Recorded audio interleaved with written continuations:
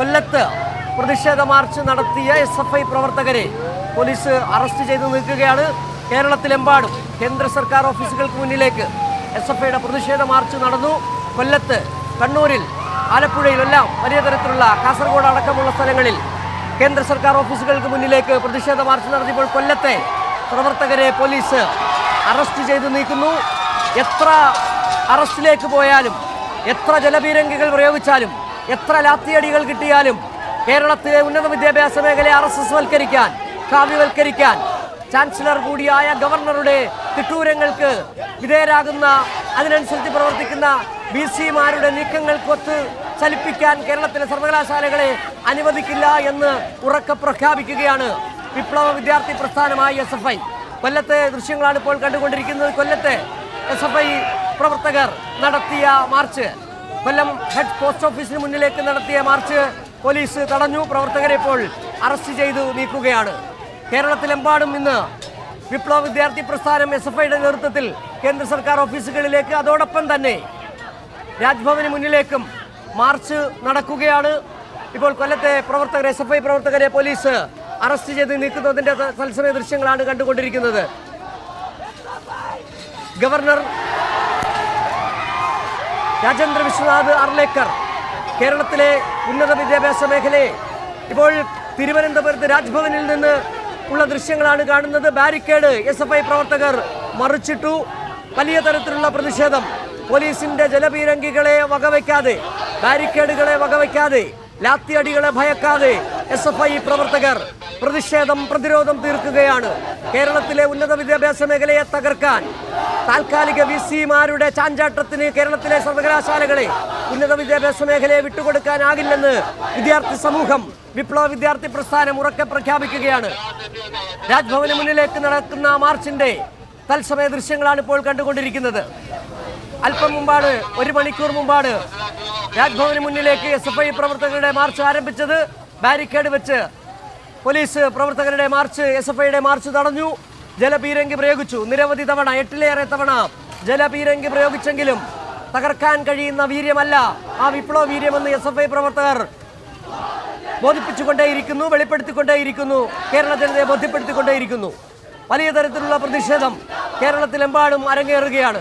വരും ദിവസങ്ങളിലും കേരളത്തിലെ തെരുവോരങ്ങളിൽ പ്രക്ഷോഭമായി ഉണ്ടാകുമെന്ന് DYFIയും നേരത്തെ വ്യക്തമാക്കിയിട്ടുണ്ട്.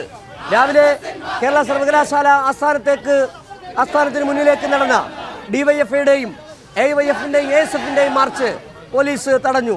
പോലീസ് ജലപീരങ്കി ഉപയോഗിച്ച് പ്രവർത്തകരെ നീക്കാൻ ശ്രമിക്കുകയും ചെയ്തു. കേരള സർവകലാശാലയിൽ 2 ആഴ്ചക്കാലേറെ കാലമായി കേരള സർവകലാശാലയുടെ പ്രവർത്തനം സ്തംഭിപ്പിച്ച VC-യുടെ നടപടി, അതിന് എല്ലാ പിന്തുണയും കൊടുത്ത ചാൻസലർ കൂടിയായ ഗവർണർ രാജേന്ദ്ര വിശ്വനാഥ് ആർലേക്കറുടെ നടപടി, അതിനെതിരെ വിദ്യാർത്ഥി സമൂഹത്തിൽ നിന്ന് തന്നെ വലിയ തരത്തിലുള്ള പ്രതിഷേധങ്ങൾ ഉയരുകയാണ്.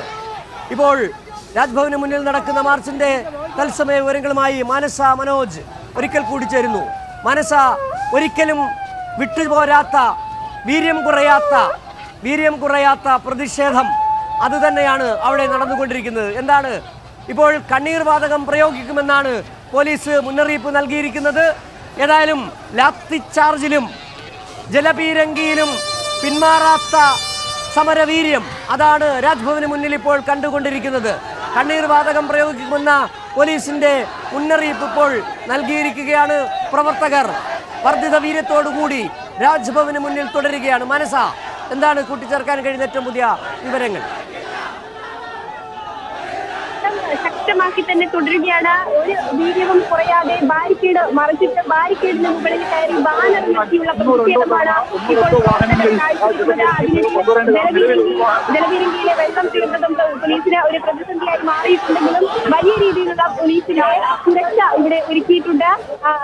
ഈ പ്രതിഷേധം കണക്കിലെടുത്ത് കനത്ത സുരക്ഷ തന്നെയാണ് പോലീസിന്റെ ഭാഗത്തു നിന്ന് ഉണ്ടായിക്കൊണ്ടിരിക്കുന്നത്. അതിനിടയിലാണ് പ്രവർത്തകർ ശക്തമായ പ്രതിഷേധവുമായി മുന്നോട്ട് എന്ന് പറഞ്ഞുകൊണ്ട് തന്നെ ബാരിക്കേഡ് മറച്ചിട്ട് അവരുടെ പ്രതിഷേധം രാജ്ഭവന് മുന്നിലെത്തി, ഗവർണറുടെ വസതിക്ക് മുന്നിലെത്തി അവരുടെ പ്രതിഷേധം കാണിക്കുക എന്ന നിലയിലുള്ള പ്രതിഷേധം ഇപ്പോൾ ശക്തമായി തുടരുന്നത്.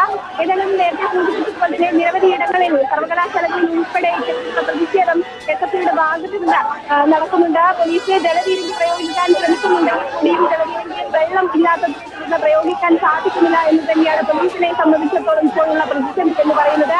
എങ്കിൽ കൂടിയും പ്രതിഷേധക്കാരെ അകത്തേക്ക് കയറ്റിവിടില്ല എന്ന് തന്നെയാണ് ഇവർ തീരുമാനിച്ചിട്ടുള്ളത്. അതിന്റെ ഭാഗമായി വലിയ രീതിയിലുള്ള ബലപ്രയോഗം പോലീസിന്റെ ഭാഗത്തു നിന്ന് ഉണ്ടായേക്കാം. ഒരുപക്ഷെ ആഴ്ചയുടെ മറികടന്ന് പ്രവർത്തകരെ അകത്തേക്ക് കയറ്റിവിടാനുള്ള ഒരു തരത്തിലുള്ള നീക്കവും പോലീസിന്റെ ഭാഗത്തു നിന്ന് ഉണ്ടാവില്ല.